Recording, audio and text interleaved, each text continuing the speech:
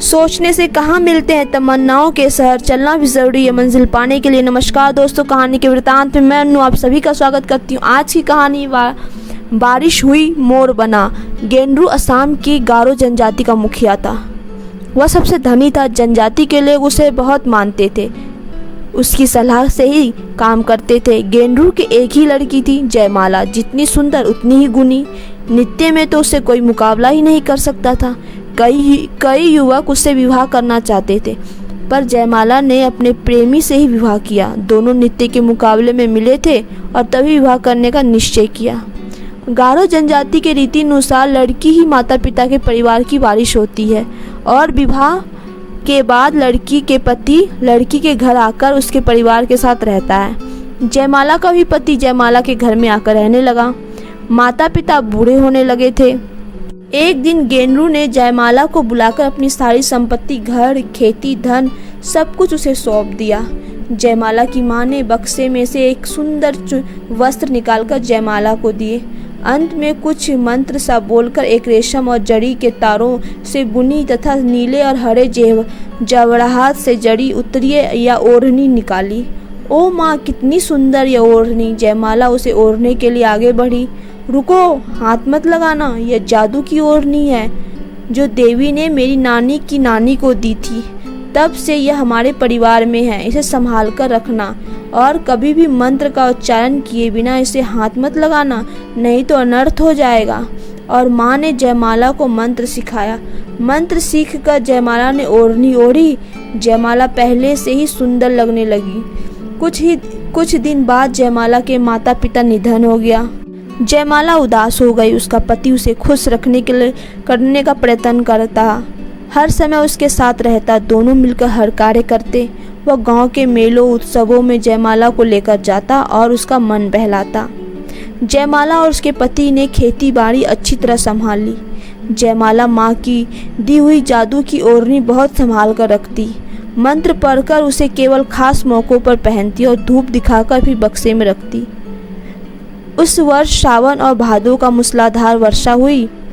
कई दिन तक लगातार वर्षा होती रही। एक दिन अच्छी धूप निकली। जयमाला ने घर के कपड़े धूप में सुखाने के लिए डाले।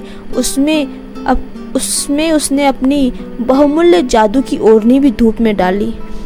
क्यों ना आज मछली ले आऊं, बहुत दिन हुए मछली खाए, सोचकर जयमाला टोकरी और जाल लेकर झींगा मछली पकड़ने नदी पर गई।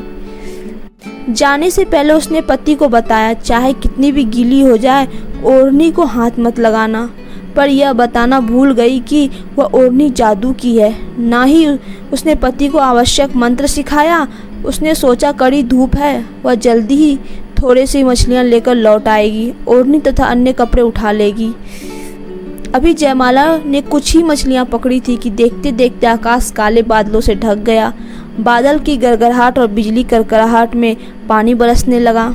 जयमाला के पति ने देखा कपड़े गीले हो रहे हैं। उसने जयमाला को आवाज़ दी, पर बादलों और बिजलियों के शोर से जयमाला को कैसे सुनाई देता। इधर जयमाला जल्दी जल्दी वापस आ रही थी, परंतु इससे पहले कि वह पहुंचती, जयमाला के पति ने सोचा कितनी सुंदर ओढ़नी जो जयमाला को बहुत प्यारी है भीग रही है, खराब हो जाएगी। उसने उसे उठाने के लिए जैसे ही हाथ लगाया, ओढ़नी उसके बदन से चिपक गई। आहिस्ते आहिस्ते उसका शरीर बदलने लगा।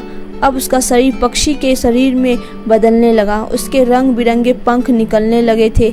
जयमाला वहां पहुंची। पति के शरीर को पक्षी के शरीर में बदलते देख वह रोने लगी। अपने दुख में वह मंत्र बोलना भूल गई। उसने पति के शरीर से लिपटी ओढ़नी खींचनी चाही। ओढ़नी को हाथ लगाते ही उसका शरीर भी बदलने लगा, पर उसके पक्षी का शरीर में पंख कम निकले, क्योंकि ओढ़नी का सारा रेशम तथा नीले हरे जवाहरात पक्षी के शरीर बने पति के पंखों में बदल गए थे। जयमाला के हिस्से में कम या ना के बराबर पंख आए।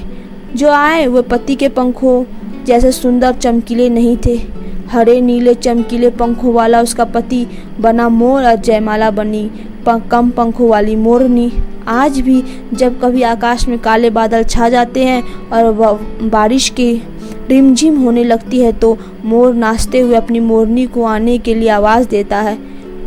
फ्रेंड्स, ये कहानी आपको कैसी लगी नीचे कमेंट बॉक्स में कमेंट करके जरूर बताएं। वीडियो को लाइक करें और चैनल को सब्सक्राइब करें। धन्यवाद।